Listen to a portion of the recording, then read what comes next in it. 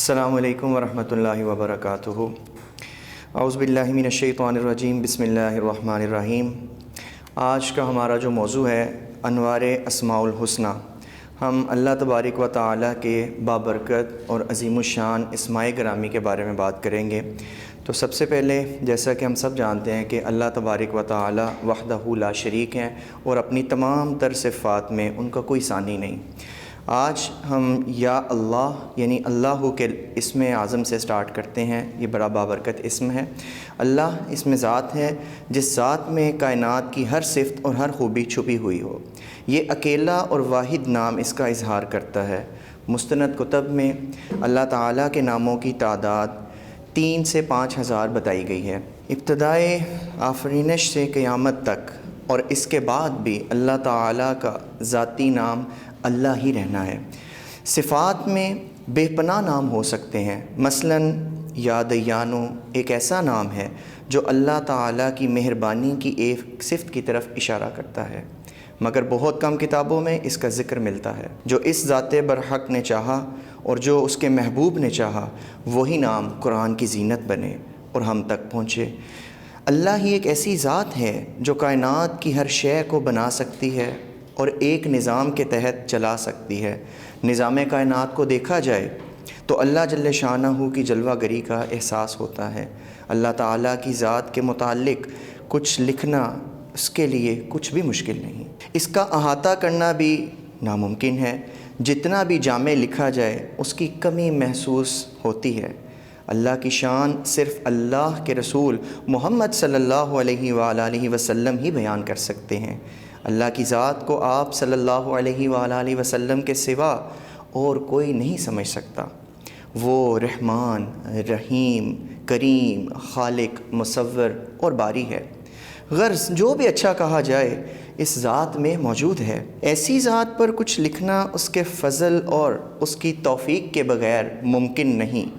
اللہ تعالیٰ کو جب بھی اس کے نام سے یا اس کے ذاتی نام سے پکارا جاتا ہے تو وہ تمام صفتوں کے ساتھ جواب ضرور دیتا ہے، اور جب بھی اسم ذات کا استعمال ہوتا ہے اس کے وہ کارنامے، کرشمے اور معجزے وہ دکھاتا بھی ہے کہ دنیا دنگ رہ جاتی ہے۔ چاند 2 ٹکڑے ہوا تو اللہ کے نام سے ہوا، کنکریوں نے کلمہ پڑھا تو اللہ کے نام سے پڑھا۔ یہ اسم مبارک تمام صفاتی ناموں کا مجموعہ ہے۔ اس اسم پاک کے اعداد 66 یعنی 66 ہیں۔ ناظرین یہ ذرا غور طلب بات ہے، اس اسم اعظم کے اسم پاک کے جو اعداد ہیں وہ 66 ہیں، 66 ہیں۔ اس اسم پاک کے 4 موکل ہیں، حضرت جبرائیل امین، حضرت اسرافیل، حضرت عزرائیل اور حضرت میکائیل علیہ السلام۔ اللہ تعالیٰ کا یہ نام جلالی بھی ہے اور جمالی بھی۔ یہ بھی قدرت کی کاریگری کہ اس نے اپنی دونوں صفات اس میں چھپا رکھی ہیں۔ اللہ جب کچھ کرنا چاہتا ہے تو لفظ کن سے کر دیتا ہے، جیسا کہ ہمیں قرآن میں ملتا ہے کن تو پس فیکون وہ ہو کر رہ جاتا ہے۔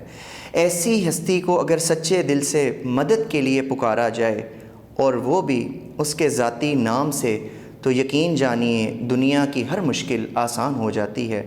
اس میں اللہ کے عملیات احاطہ تحریر سے باہر ہیں، لیکن جو کچھ بھی علم کا نور مجھے میرے نانا سے ملا لکھ دیا۔ اس اسم کا ایک ایک حرف کامل ہے۔ ہر ایک حرف ذات الہی پر دلالت کرتا ہے۔ اگر اسم اللہ میں سے حرف الف مفتوح و موقوف کر دیا جائے تو باقی للہ رہ جاتا ہے، اور یہ بھی اسم ذات کی طرف ہی اشارہ کرتا ہے۔ قرآن پاک میں آیا ہے وَلِلَّهِ مَا فِي السَّمَاوَاتِ وَمَا فِي الْأَرْضِ، ایسے ہی باقی حروف معقوف کر دیے جاتے ہیں تو آخری حرف بھی اسی ذات کی طرف اشارہ کرتا ہے۔ عاشقان الہی کا ورد زبان یہی نام پاک ہے۔ اس اسم کی تاثیر اور خاصیتیں اتنی ہیں کہ 14 طبق کے ملائکہ بھی انہیں لکھ نہیں سکتے۔ جی تو ناظرین، جیسا کہ آپ نے اسم اللہ کے بارے میں ابھی اس کی تمام تر صفات، خاصیات، فیوز و برکات سماعت کیے، اب ہم آپ کو بتاتے چلیں کہ اس اسم پاک کو ہم کن کن روحانی مسائل کے علاج کے لیے استعمال کر سکتے ہیں۔ آپ اس کا استفادہ بہت سے مقاصد کے لیے کر سکتے ہیں، مثلاً کہ ہم اسم اللہ یا اللہ اس کو ہم بہت سی لا علاج بیماریوں کے علاج کے لیے استعمال کر سکتے ہیں، اس کو آپ اپنی مراد حاصل کرنے کے عمل کے لیے بھی استعمال کر سکتے ہیں۔ اس اسم کو جیسا کہ ہم نے ذکر کیا اسم اعظم کے طور پر بھی استعمال کیا جا سکتا ہے۔ اس اسم اللہ کو ہم مستجاب الدعا ہونے کے عمل میں بھی لا سکتے ہیں۔ اس اسم اللہ کو ہم صاحب دلائل الخیرات کے لیے بھی پڑھ سکتے ہیں۔ اس اسم کو ہم روشن ضمیر بننے کے عمل کے لیے بھی استعمال کر سکتے ہیں، یعنی جو شخص چاہے کہ اس کا ضمیر روشن ہو ہم اس کے لیے بھی اس اسم کا استعمال کر سکتے ہیں۔ اور اس کے بعد ہم اس اسم کو جنات اور خبیث روحوں سے تحفظ کے لیے بھی پڑھ سکتے ہیں۔ یہ ناظرین کچھ اس کے سیگمنٹس تھے، کچھ اس کے عوامل ہیں جن کو کرنے سے آپ اپنے کچھ مسائل کے حل کی طرف جا سکتے ہیں۔ ابھی ہم آگے چل کر ان تمام مسائل کی ڈیٹیل میں بھی بات کریں گے۔ اس کے بعد جیسا کہ آپ سکرین پر ملاحظہ فرما سکتے ہیں کہ اس اسم پاک یا اللہ کا عمل اور نقش آپ کو سکرین پر دکھایا جا رہا ہے۔ جو شخص اس کو استعمال کرنا چاہے اجازت لے، ٹھیک ہے، اور اس اسم کا نقش اور عمل دونوں طریقے آپ کی سکرین پر ڈسپلے کیے گئے ہیں، آپ ان کو دیکھ کر اور ان کا استعمال کر سکتے ہیں۔ ناظرین بات کرتے ہیں اسم پاک یا اللہ کا عمل اور نقش۔ کوئی شخص کتنا ہی بڑا ولی یا متقی ہو وہ لفظ اللہ کا عامل نہیں ہو سکتا۔ اسم اللہ کا عامل نہ بننا لمبی بحث ہے جو ہمارا موضوع نہیں۔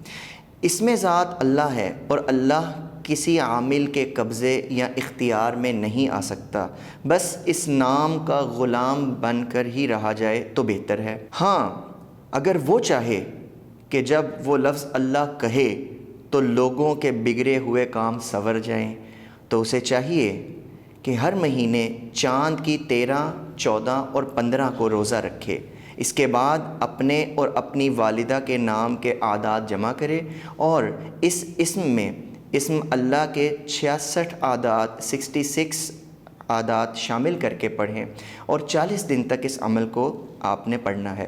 40 دن کے بعد 2 نفل شکرانہ پڑھے اور شیرینی تقسیم کریں۔